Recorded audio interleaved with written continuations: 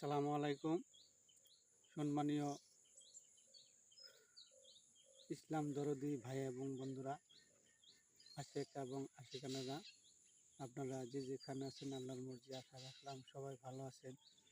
আপনাদের দোয়ায় আল্লাহ পাক আমাদের এই গ্রাম বা মহল্লাবাসীর লোকেরা সবাই আল্লাহর মর্জি আল্লাহ পাক খুব ভালো রাখছেন।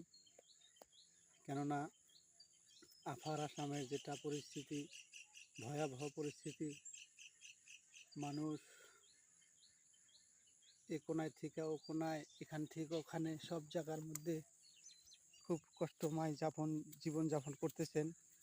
তারই মধ্যে দিয়ে আল্লাহ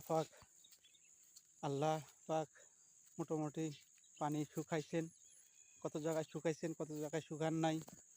মানুষের কি দুর্গতি, কিভাবে আছেন আল্লাহ পাক ওনাদেরকে রাখছেন, আর ওনারা জানেন না, আর আল্লাহ নিজে জানেন কিভাবে আছেন। যাই হোক, আল্লাহ পাকের লাখো লাখো শুক্রিয়া, তার মধ্যে দিয়েই মানুষকে বাঁচায় রাখছেন। যাই হোক, ওনারা যাতে আল্লাহ পাক সুকলমে রাখেন। ছোট ছোট বাচ্চা, ছোট ছোট ছেলে সন্তান কিভাবে আছেন, গাছের মধ্যে লটকে আছেন, ঘরের মধ্যে অবাধ্য হয়ে ওখানে মারা গেছেন।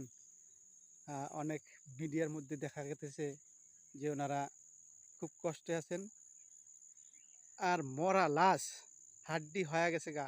এই 10-12 দিনে হাড্ডি হয়ে গেছে, লাশের চিহ্ন বিন্ন নাই। ওনাদের কপালে মানে দাফনও হইলেন না, ওনাদের কপালে শ্মশানও হইলেন না। তাহলে আল্লাহ পাকের লাখো লাখো শুক্রিয়া, আমাদেরকে খুব সুস্থ রাখছেন। যাই হোক, দোয়া করবেন যাতে আমরা সুস্থ থাকতে পারি, আল্লাহ পাক যাতে আমাদেরকে সুস্থ রাখে, এই কামনা রেখে আজকের ভিডিও এখানে শেষ করলাম। ধন্যবাদ। আসসালামু আলাইকুম।